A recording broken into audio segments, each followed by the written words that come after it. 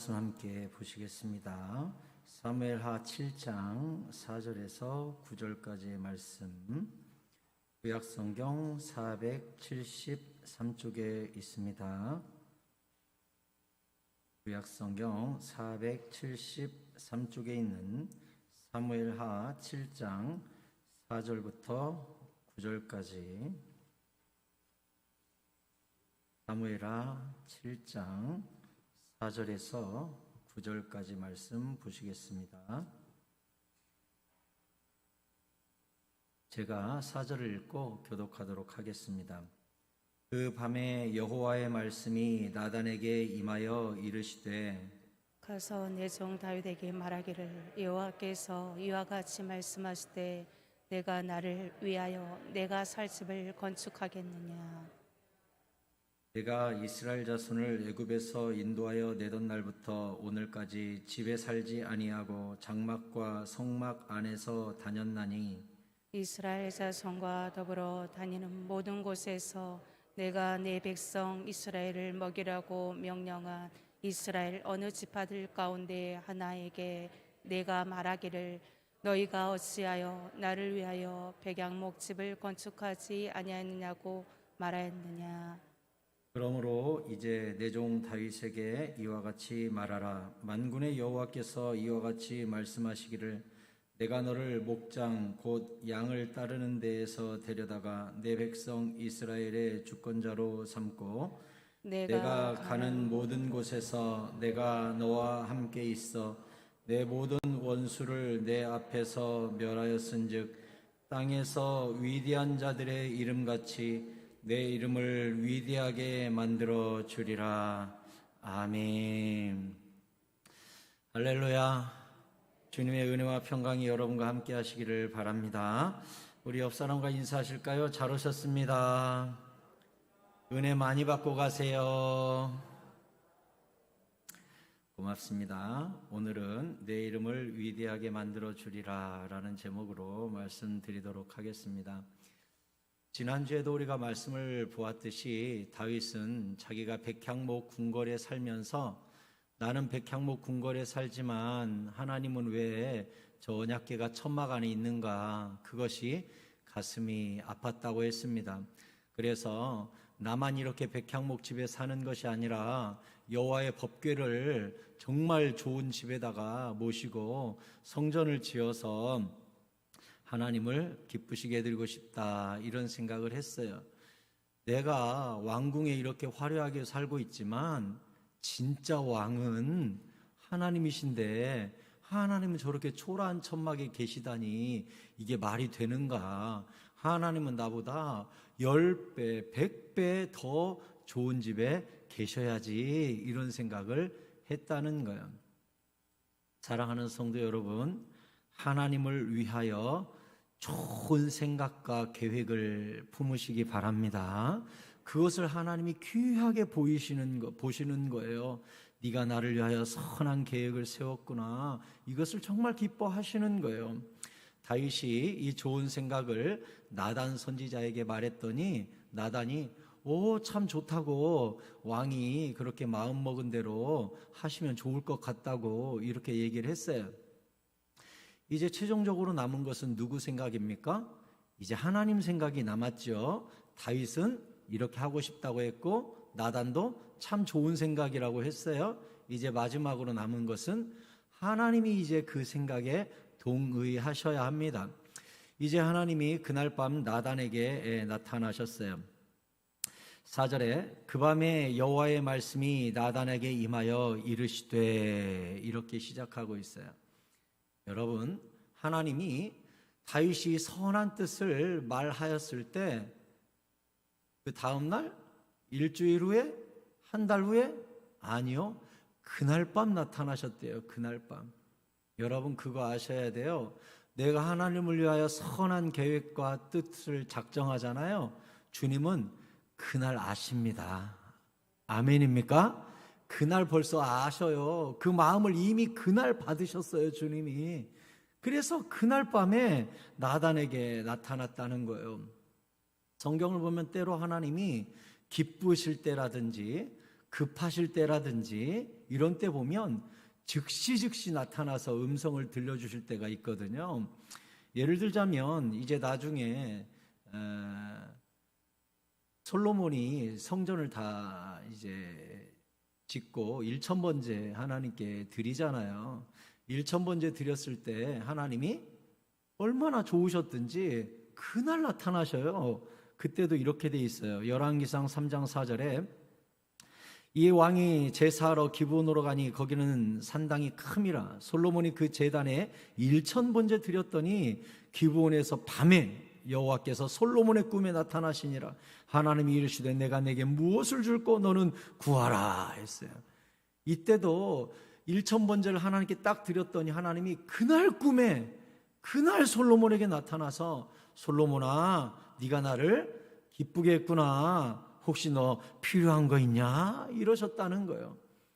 우리가 하나님을 향하여 선한 계획을 품는다든지 하나님의 영광을 위하여 계획을 세운다든지 솔로몬처럼 1,000번제로 하나님께 영광을 돌리며 하나님을 찾는다든지 하면요, 하나님이 감동되는 사람은 즉시 그날 나타나서 너 뭐 필요한 거 있냐? 이렇게 물으시는 거예요.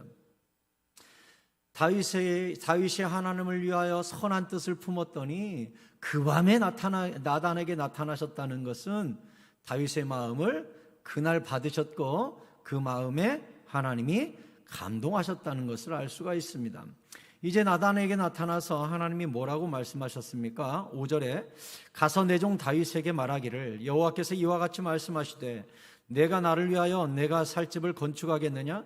내가 이스라엘 자손을 애굽에서 인도하여 내던 날부터 오늘까지 집에 살지 아니하고 장막과 성막 안에서 다녔나니 이스라엘 자손과 더불어 다니는 모든 곳에서 내가 내 백성 이스라엘을 먹이라고 명령한 이스라엘 어느 지파들 가운데 하나에게 내가 말하기를 너희가 어찌하여 나를 위하여 백향목집을 건축하지 아니하였느냐고 말하였느냐 해서 한마디로 말하면 뭐예요? 야 다윗아, 지금까지 수백 년이 흘렀는데 출애굽 때부터 지금까지로 따지면 수백 년이 흘렀는데 수백 년 동안 내가 너희한테 성전 지어다오, 내가 살 집 지어다오 한 번이라도 내가 부탁한 적 있었냐? 나 사실 집이 필요한 하나님이 아니다 이렇게 얘기하셨어요. 왜 그래요? 여러분, 하나님이 집이 없어서 춥게 지내실까요? 집이 없어서 외로우신 분인가요? 하나님의 언약궤는 출애굽 때부터 집이 아니라 장막과 성막, 천막 안에 계셨습니다. 하나님이 사람에게 백향목 집을 지어달라고 부탁한 적이 단 한 번도 없으십니다. 왜 그런 줄 알아요? 하나님은 집이 필요한 분이 아니에요. 온 우주가 당신 거고 당신 집입니다. 그런데 어느 건물 안에 주님을 여기 계세요 하면 주님이 그 집 안에만 계십니까? 아니잖아요. 온 우주가 당신 건데 집 지어놓고 주님 여기서 편히 쉬세요 그러면 이제 우주 내버려 놓고 그 집에 계십니까? 그게 아니라는 거예요. 그러니까 하나님이 내가 무슨 집이 필요했더라면 진작에 너한테 집 지어달라고 했겠지. 이스라엘의 어느 지파에게 찾아가서 내가 춥구나, 내가 외롭구나, 내가 불편하구나, 집한테 지어다오 내가 진작 얘기했겠지. 내가 집이 필요한 하나님이 아니다 이렇게 말씀하셨어요. 온 우주가 내 집이고 온 천하 만물이 다 내 것인데 네가 무슨 나를 위하여 집을 짓겠냐 그랬어요. 혹 이 땅의 모든 금덩어리와 은덩어리를 다 가져다가 집을 짓는다면 주님이 뭐라고 하실 것 같아요? 학개서 2장 8절에 이렇게 되어 있습니다. 같이 읽을까요? 은도 내 것이요 금도 내 것이니라 만군의 여호와의 말이니라. 아멘. 우리가 엄청난 백향목과 엄청난 금덩어리 은덩어리 갖다가 집 다 짓고 주여 들어오세요 그러면 주님이 네가 나를 위하여 집을 짓겠다고 쓴 이 모든 금덩어리 은덩어리 백향목 다 원래 내 거야. 내가 이 땅에 창조했고 내가 나무 자라게 했고 내가 이 지구 속에다가 금도 은도 다 심어놨는데 그걸 가져다가 나를 위하여 집을 지었다니 내가 그 집에 들어가서 살겠냐 이렇게 주님이 얘기하신다는 거예요. 실제로 솔로몬은 나중에 엄청난 성전을 짓죠. 짓고 나서 하나님께 이렇게 고백합니다.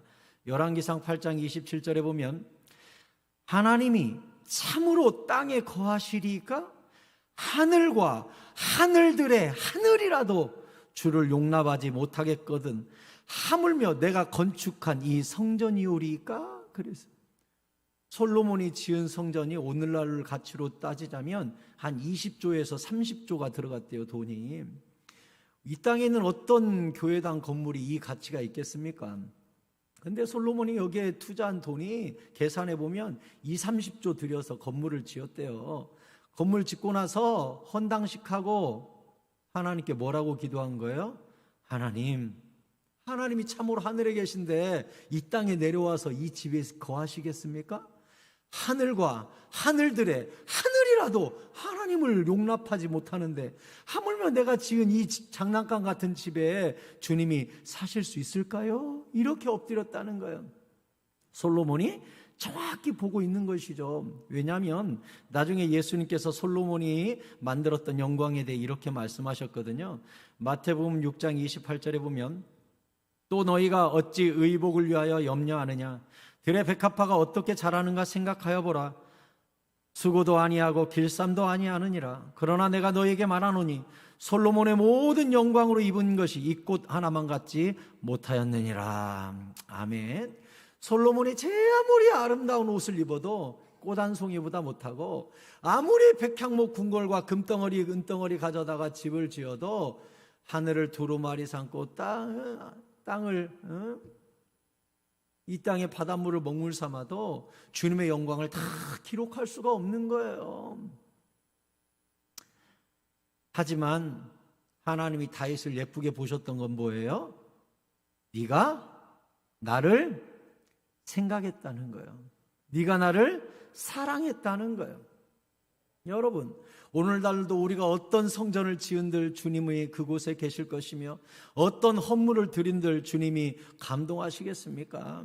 하나님을 정말 감동시키는 건 어쩌면 들국화 하나를 잘라다가 여기에 올려드리면서 이 들국화 하나보다 이 땅의 영광이 못합니다 하고 주님의 영광을 찬양하는 것이 오히려 주님을 높이는 것이라고 우리가 생각할 수가 있어요.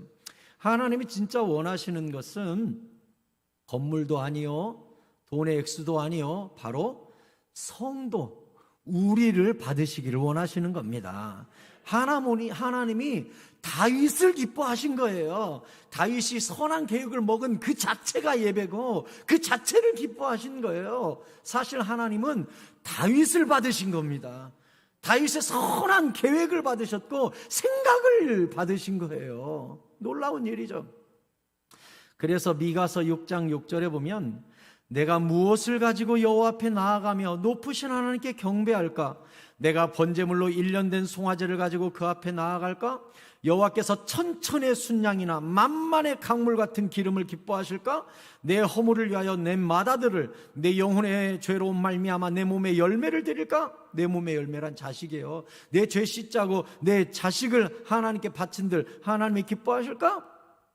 8절에 사람아 주께서 선한 것이 무엇임을 내게 보이셨나니 여호와께서 내게 구하시는 것은 오직 정의를 행하며 인자를 사랑하며 겸손하게 대 하나님과 함께 행하는 것이 아니냐. 그래서 천천의 순양 만만의 기름 내 몸에서 태어난 마다들을 하나님께 드리는 것 하나님 원하시지 않고 하나님이 정말 원하시는 것은 하나님을 사랑하고 정의를 행하고 하나님을 두려워하고 하나님을 예배하며 겸손히 여호와 하나님 앞에 엎드리는 그 마음을 하나님이 기뻐하신다 그랬어요. 저도 솔로몬의 이야기를 보고 다윗의 이야기를 보면 이렇게 많은 돈과 재물을 가져다가 멋들어진 건물로 하나님을 기쁘시게 드리면 얼마나 하나님이 기뻐하실까라고 생각이 들어요. 근데 하나님이 진짜 원하는 건 그 건물이 아니라 그 건물들을 지어서 하나님을 기쁘시게 해드리고 싶어하는 그 마음 중심을 훨씬 기뻐하시는 거예요. 그래서 로마서 12장 1절에 이렇게 말합니다. 같이 읽을까요? 시작. 그러므로 형제들아 내가 하나님의 모든 자비하심으로 너희를 권하노니 너희 몸을 하나님이 기뻐하시는 거룩한 산 제물로 드리라.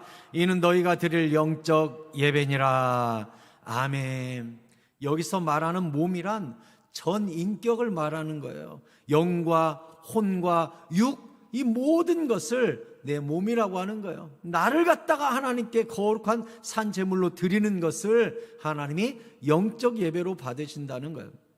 다윗이 이렇게 선한 계획을 품었던 건 단순히 다윗이 이렇게 많은 돈으로 하나님을 기쁘게 해야지, 좋은 건물로 주님을 기쁘게 해드려야지 그렇게 생각한 것이 아니라 다윗이 자기의 온 중심과 마음과 정성을 하나님께 드려서 진짜 왕이 누군지를 드러내고 그 왕 앞에 자기가 엎드리기를 원했어요.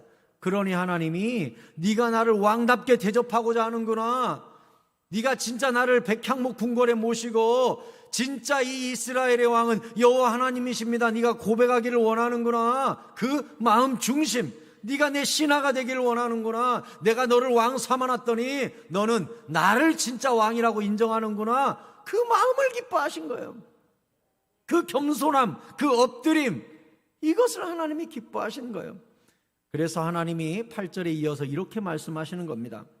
그러므로 이제 내 종 다윗에게 이와 같이 말하라. 만군의 여호와께서 이와 같이 말씀하시기를 내가 너를 목장 곧 양을 따르는 데에서 데려다가 내 백성 이스라엘의 주권자로 삼고 했죠. 뭐래요? 너를 왕 삼은 건 내가 맞다. 네가 왕 된 다음에 주여 하나님이 진짜 궁궐에 들어가셔야죠 라고 네가 고백하는데 맞아, 너를 왕 삼은 건 바로 나야, 이렇게 말씀하셨어요. 그래서 이 같은 내용을 기록한 역대상 말씀에 이렇게 돼 있어요. 이제 같은 사건이 기록되어 있거든요. 역대상 17장 7절에 보면 또한 내 종 다윗에게 이처럼 말하라. 나단에게 했던 말이죠. 만군의 여호와께서 이처럼 말씀하시기를 내가 너를 목장 곧 양떼를 따라다니던 데에서 데려다가 내 백성 이스라엘의 주권자로 삼고 내가 어디로 가든지 내가 너와 함께 있어 내 모든 대적을 내 앞에서 멸하였은즉 세상에서 존귀한 자들의 이름 같은 이름을 내게 만들어 주리라. 다윗이 원래는 어떤 사람이었다고요? 7절에 뭐라고 되어 있었어요? 양떼를 따라다니던 사람, 그냥 목동, 그냥 양치던 사람, 이 사람을 하나님이 싹 데려다가 이스라엘, 모든 이스라엘의 주권자로 삼으신 게 누구라고요? 하나님이라고요. 다윗은 그 시작을 정확히 알고 있어요. 내가 여기서 왕 노릇하고 있지만 나를 양치는 데서 뽑아낸 것은 여호와 하나님이시다. 나는 그냥 위임받은 자요, 진짜 왕은 여호와 하나님이시다. 이렇게 하나님이 또한 요약하지요. 9절에 네가 가는 모든 곳에서 내가 너와 함께 있어 내 모든 원수를 내 앞에서 멸하였은즉, 다윗이 모든 전쟁을 다 이기고 지금 왕이 됐는데 그 전쟁을 이겨준 것도 누구라고요? 내가 가는 모든 곳에서 내가 너와 함께 있어 네 모든 원수를 네 앞에서 멸하였다. 누가 멸하게 해줬다고요? 하나님이 멸했다고요. 그러니까 다윗이 진짜 왕은 하나님이다 했더니 하나님이 뭐라고 얘기했냐? 그래, 너를 왕으로 세운 것과 네 앞에서 모든 전쟁을 다 이겨준 게 바로 나 맞아. 네가 정말 참된 믿음을 갖고 있구나. 네가 진짜 진실한 고백을 했구나. 하나님이 이 진실한 다윗의 신앙 고백과 중심을 받으시고 이제 한 가지 약속을 하시는 거예요. 어떤 약속이요? 바로 다윗 언약이라고 불리는 위대한 약속이에요. 9절에 이렇게 돼 있죠. 땅에서 위대한 자들의 이름같이 내 이름을 위대하게 만들어 주리라.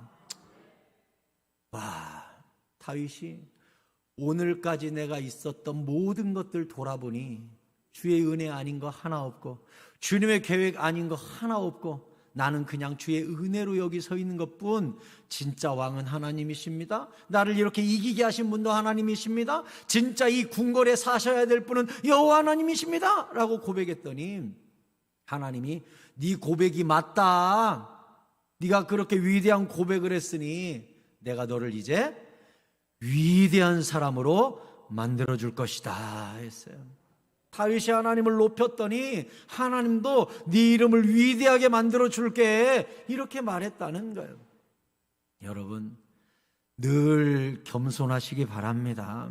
오늘까지 내가 있었던 모든 것들이 모든 것이 은혜, 은혜, 은혜입니다. 주님의 손 아닌 것이 아무것도 없어요. 다윗은 그걸 인정한 거예요. 내가 왕된 것 은혜, 내가 여기서 통치하고 있는 것 주님의 계획, 진짜 임금 여호와 하나님 하고 철저히 그분 앞에 신하가 춤추듯 법궤 앞에서 옷이 내려가도록 춤을 추고, 그렇게 주님 앞에 광대 노릇하면서 나는 왕 아니에요, 진짜 왕은 하나님이세요 하고 주님 앞에 철저히 엎드리고 높여드린 거예요. 사랑하는 성도 여러분, 잠언 23장 7절은 이렇게 말합니다. 대저 그 사람의 생각이 어떠하면 그 위인도 그러한즉 했어요. 생각이 그 사람이래요. 다윗의 생각을 보니까 하나님이 너무 행복한 거예요. 네가 똑바른 생각, 올바른 계획, 하나님을 향한 선한 뜻을 품었구나. 그래서 우리는 늘 생각을 관리해야 됩니다. 어떻게 하면 하나님을 기쁘시게 할까? 어떻게 하면 하나님을 높일까? 그런데 내 머릿속에는 악한 생각이 있어요. 육신의 생각이 있어요. 나를 높이려고 해요. 내 이름을 높이려고 해요. 내가 잘난 척하려고 그래요. 내가 궁궐에 들어가려고 해요. 내가 왕 노릇하려고 해요. 오늘날 수많은 교회의 문제가 무엇인 줄 압니까? 수많은 성도들의 문제가 무엇인 줄 압니까? 수많은 목사님들의 문제가 무엇인 줄 압니까? 교회 주인이 목사가 되고, 교회 주인이 장로가 되고, 교회 주인이 오래 다닌 사람이 되고, 돈 있는 사람이 되고, 제 아무리 멋진 백향목으로 지은 궁궐 같은 교회가 있다 할지라도, 수백억을 투자한 어마어마한 건물로 성전을 지었다 할지라도, 그 성전의 주인은 오직 여호와 하나님 한 분이셔야 합니다. 절대 사람이 주인이 돼서는 안 돼요. 어디서 사람이 주인이 될 수가 있습니까?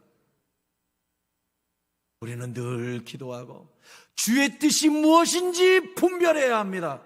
그리고 성령 안에서 목사든 장로든 권사든 집사든 모든 성도가 같은 마음, 같은 뜻, 같은 말로 하나가 되어야 합니다. 그게 하나님의 교회입니다. 누가 주인입니까? 예수님의 핏값으로 산 교회, 우리 새사랑교회 주인은 오직 여호와 하나님 한 분뿐이십니다. 이것을 우리가 알고 여호와 하나님의 거룩한 뜻 안에서, 그 말씀 안에서, 성령의 음성 안에서 우리 모두가 일심으로 여호와를 섬기고 예배드려야 하는 것입니다. 다윗은 그것을 고백했어요. 이 백향목 궁궐의 진짜 주인은 하나님이라는 거예요. 우리가 잘못 생각하면 어떻게 되는 줄 알아요? 에레미야 6장 19절에서 이렇게 말했어요. 땅이여 들으라, 내가 이 백성에게 재앙을 내리리니 이것이 그들의 생각의 결과라. 잘못 생각하면 하나님이 재앙을 내린다 그랬어요. 재앙을. 오늘날 왜 교회에 능력이 없고 기적이 없고 응답이 없는 줄 압니까? 하나님이 주인이 아니라서 그래요. 사람이 주인이 되다 보니까 하나님이 손 빼는 거예요. 네가 주인이네, 네가 해봐. 그러니 무슨 능력이 나타나겠어요?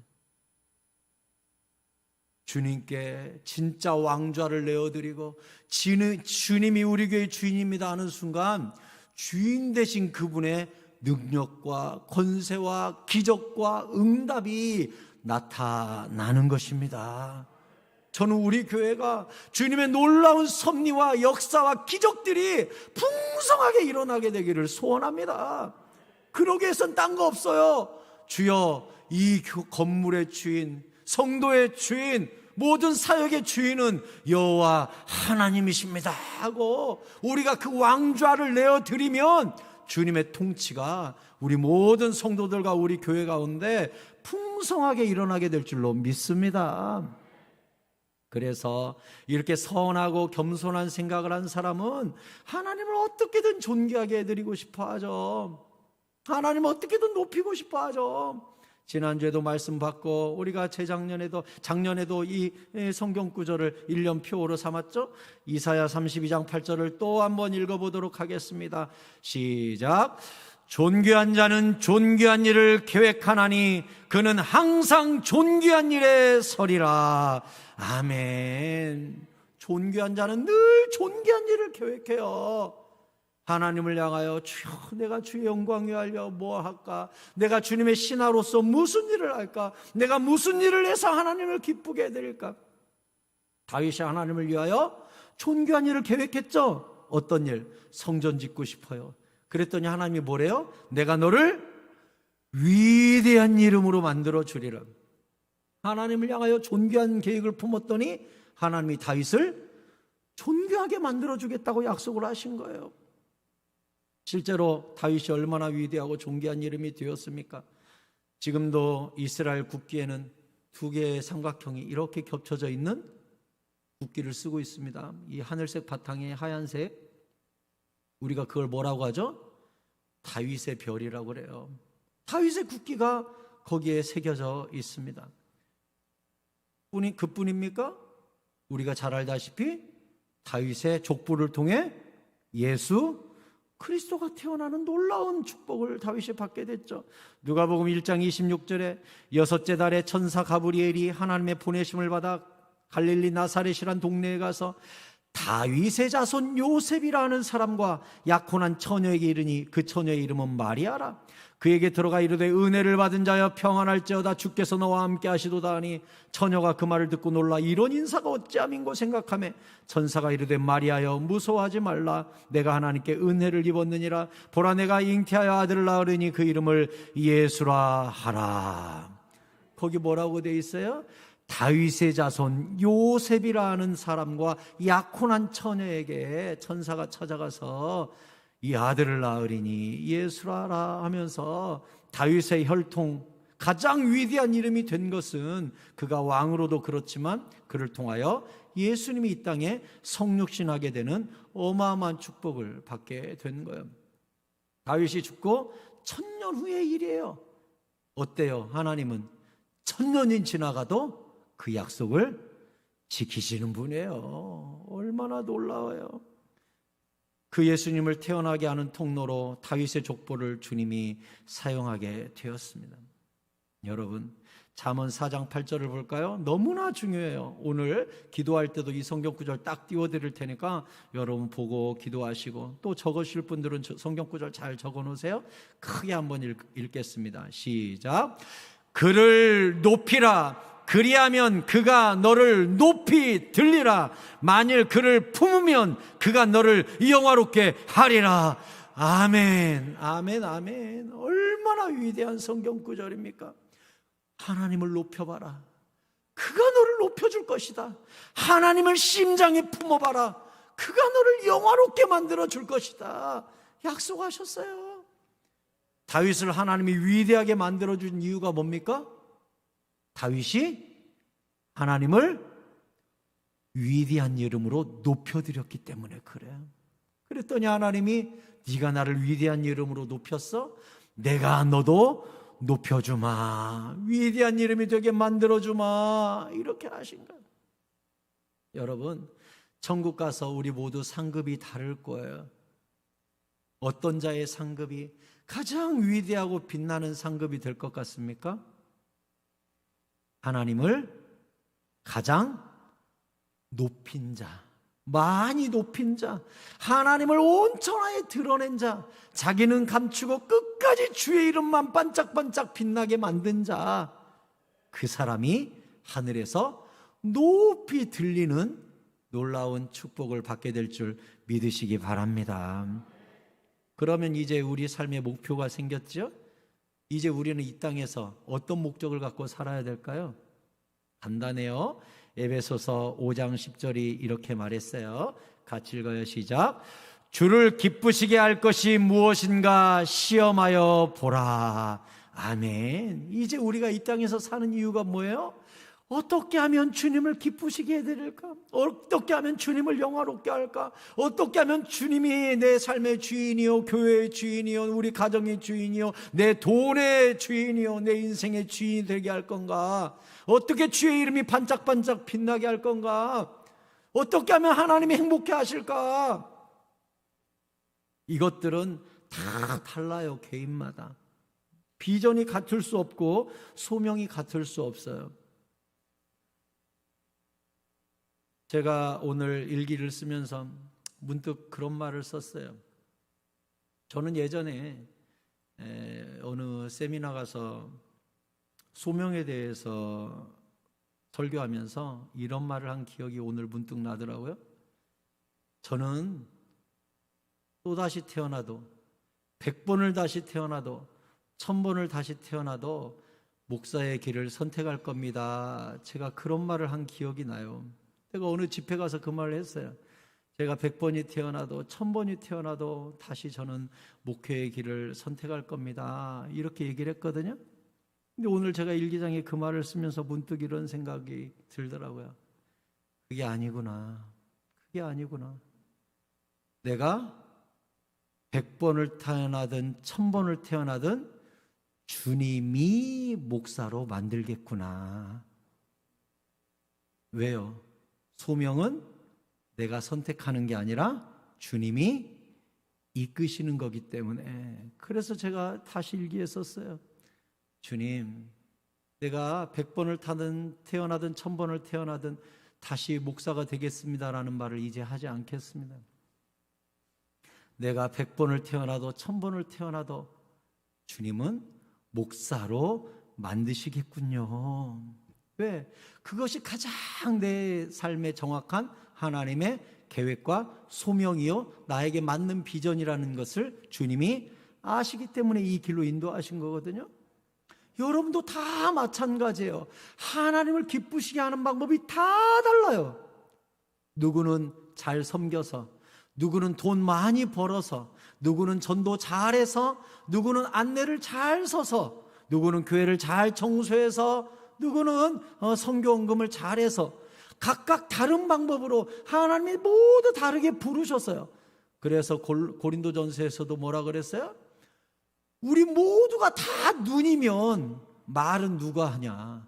우리 모두가 입이면 듣는 건 누가 하냐? 우리는 다 예수 그리스도의 몸에 다른 지체다. 누구는 눈이고, 누구는 코고, 누구는 입이고, 누구는 귀고, 누구는 손이다. 다 손이면 누가 걷고, 누가 다 발이면 어떻게 손으로 하는 일들은 어떻게 하냐. 우리 모두 다 다르다. 하지만 하나다. 이렇게 얘기했어요. 아멘입니까? 마찬가지예요. 제가 오늘 여러분에게 이야기하는 것은 이거예요. 여러분 중에 누군가는 발가락이에요. 안 보이지만 소중해요. 누구는 손가락이에요. 보이고 아름답지만 겸손해야 돼요. 누구는 눈이에요. 저 같은 경우는 여기서 늘 주의 음성을 들려주는 입이겠죠, 입. 누군가는 또 귀예요. 다 달라요. 다 같을 수 없어요. 그러니 여러분이 각각의 소명을 깨달아야 돼요. 나는 무엇으로 하나님을 기쁘시게 할까? 이것을 일찍 깨달으면 일찍 깨달을수록 삶에 낭비가 없는 거예요. 특별히 여러분의 자녀와 우리 교회 다음 세대에 소명과 꿈과 비전이 활짝 열리게 되기를 바랍니다. 낭비가 없어야 돼요. 인생의 밀도가 높아지고 시간에 집중력이 생겨야 돼요. 이걸 모르면 엄청 헤매고 나중에 찾아요. 나이 60 먹어서 나 이제 왔으니 내 집을 찾아 천부여 의지 없어서 손들고 옵니다. 그때서 비전을 찾으면 아깝잖아요. 탕자처럼 뺑뺑 돌다가 오면 아깝잖아요. 이왕이면 빨리 젊었을 때 예수님 만나자마자 즉시로 주의 음성 딱 듣고 나에게 하나님이 이런 달란트를 줬구나. 내가 이걸로 이렇게 개발해서 주님께 이렇게 영광 돌리리라 뜻이 딱 쓰면 뜻을 세우자마자 주님이 그날 밤 안다니까요. 네가 나를 위하여 선한 뜻을 품었어. 네가 나를 높이고자 이런 계획을 세웠어. 벌써 그때부터 주님이 감동하기 시작하는 거예요. 네가 나를 존귀하게 만들려고 지금 뜻을 세웠어. 내가 너의 이름을 위대하게 만들어 줄 것이다. 내가 하나님을 높이면 주님도 나를 위하여 선한 계획을 세우시는 거예요. 다윗이 하나님께 계획을 세우니까 하나님도 다윗을 향하여 계획이 있다고 고백하신 거예요. 다윗아, 네가 나를 위하여 계획을 세웠어? 궁궐 짓고 싶다고 나를 위해? 나도 너를 위하여 계획이 있다. 어떤 계획인 줄 아냐? 내가 지금까지 너 왕 세웠지.